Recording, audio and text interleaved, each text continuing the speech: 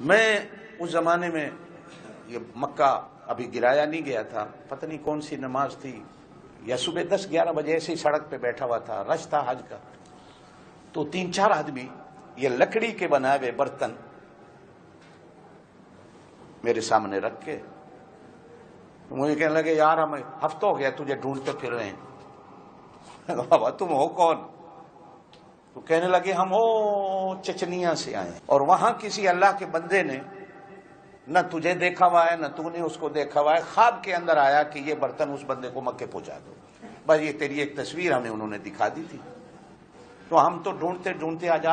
10 دن ہو گئے، ہر حاجی کو دیکھ رہے ہیں، یہ وہ تو نہیں، یہ وہ تو نہیں، یہ ابھی تجھے دیکھا ہے تو پہچانا ہے، بابا یہ امانت قبول کر ہم جائیں۔ وہ مجھے دیا، گم ہو گئے، بندی چلے گئے، کہاں گئے کہاں گئے۔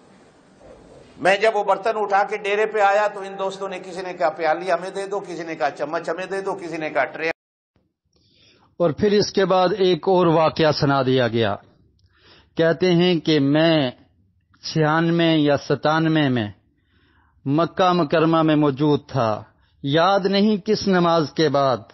سڑک کے کسی کنارے پہ بیٹھا ہوا تھا، یا صبح کا ٹائم تھا، 10 ساڑھے 10 کا ٹائم تھا، تو سڑک کے کنارے پہ بیٹھا تھا، کچھ لوگ چیچنیا سے آئے ہوئے وہ مجھے کچھ برتن دے کر چلے گئے، لکڑی کے بنے ہوئے برتن تھے اور میرے سپرد کر کے چلے گئے۔ پہلی بات تو یہ ہے کہ سڑک پہ جو لوگ بیٹھتے ہیں وہاں پر اکثر ان پہ صدقہ و خیرات کر دیا جاتا ہے۔ آج بھی اگر وہاں پہ سڑک کے کنارے کوئی بیٹھ جائے تو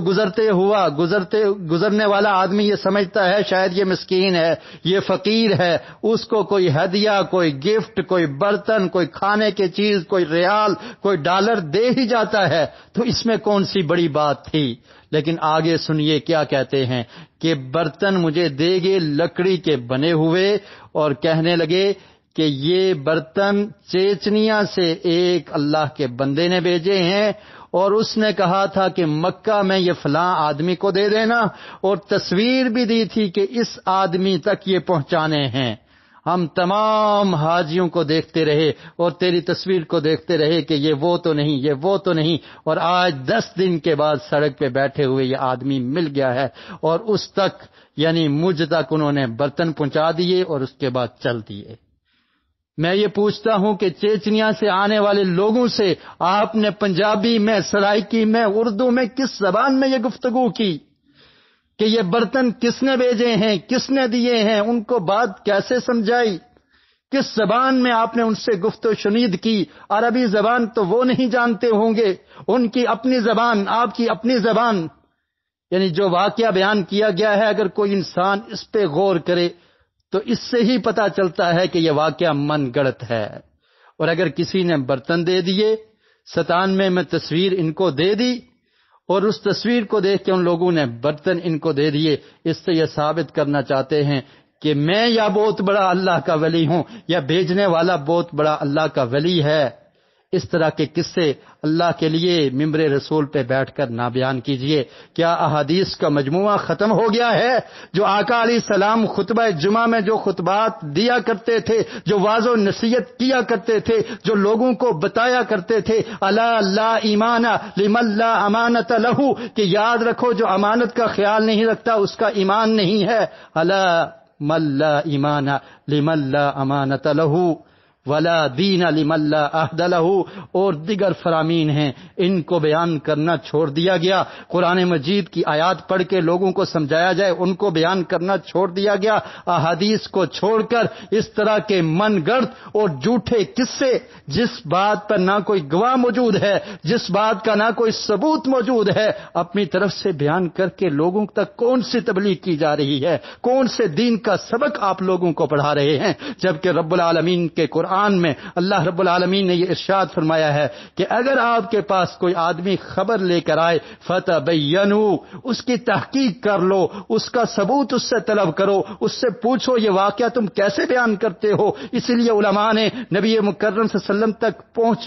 پہنچنے والی روایت کی سند مقرر کر دی کہ میں نے اپنے استاد سے سنا، اس نے اپنے استاد سے سنا، اس نے فلاں تابعی سے سنا، اس نے فلاں صحابی سے سنا، اور صحابی نے پیارے رسول سے بیان کیا، کہ تاکہ اس سلسلے میں کوئی جھوٹ نہ بیان کیا جا سکے کس قدر دین کی حفاظت کی ہے۔ لیکن آج کے دور کے ان لوگوں نے دین کے محافظ بننے کے بجائے اپنی طرف سے قصے، سٹوریاں اور واقعات بیان کرنے شروع کر دیے ہیں، اور وہ بھی منبر رسول پہ بیٹھ کے، مصلی رسول پہ بیٹھ کے ایسی باتیں بیان کی جاتی ہیں کہ جس کا کوئی ثبوت نہیں ملتا۔ اللہ کے لیے ڈر جائیے،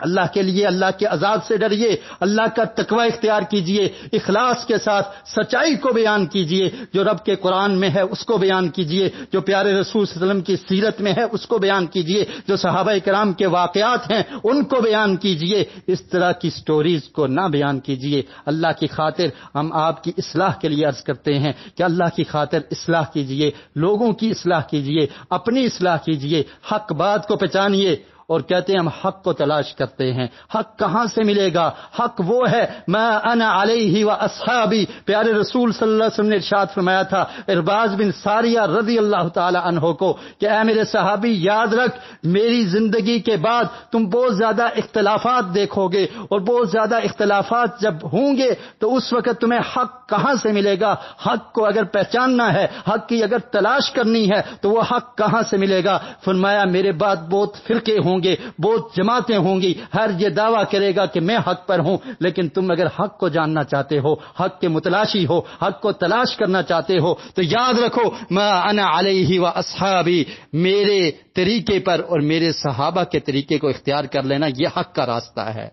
جہاں پر فرق کا بیان کیا اس کے بعد آقا علیہ السلام نے فرمایا کہ وہ جماعت کامیاب ہے، وہ گروہ کامیاب ہے، وہ لوگ کامیاب ہیں، وہ حق پر ہیں، ما انا علیہ و اصحابی، جس پر میں ہوں اور میرے صحابہ کرام ہیں۔ اور دوسری جگہ پر اختلافات کا ذکر کرنے کے بعد آقا علیہ السلام نے فرمایا کہ علیکم بسنتی و سنت الخلفاء الراشدین، ارباز بن ساریہ رضی اللہ تعالی عنہ والی روایت، فرمایا کہ میری سنت کو مضبوطی سے پکڑے رکھنا اور خلفائے راشدین دین کی سنت کو مضبوطی سے پکڑتے رکھنا۔ آج ان چیزوں کو بیان کرتے انسان بھول چکے ہیں، ان کو چھوڑ چکے ہیں، اور اس طرح کی سٹوریز اور اس طرح کے واقعات جو من گڑت ہیں، جن کی کوئی روایت ثبوت کے لیے نہیں ملتی، جن کی تصدیق کرنا محال ہے، جن کی تصدیق نہیں کی جا سکتی، ایسے واقعات بیان کیے جاتے ہیں، اور وہ بھی منبر رسول پہ بیٹھ کر اللہ کی خاطر ہم اللہ کی رضا کے لیے آپ تک یہ پیغام پہنچانا چاہتے ہیں کہ اللہ کے لیے اصلاح کیجئے، اللہ کے لیے باز آ جائیے، اللہ کے لیے رک جائیے۔ ایسے جھوٹے اور من گھڑت واقعات بیان کرنے سے منبر رسول کا تقاضا یہ نہیں کہ اس پہ بیٹھ کے اس طرح کے واقعات بیان کیے جائیں۔ رب کا قرآن بیان کیجئے، پیارے رسول صلی اللہ علیہ وسلم کے فرامین، صحابہ کرام کی زندگیاں، ان کی سیرت اور ان کی زندگیاں ہمارے لیے مشعل راہ ہیں، ان کو بیان کیجئے۔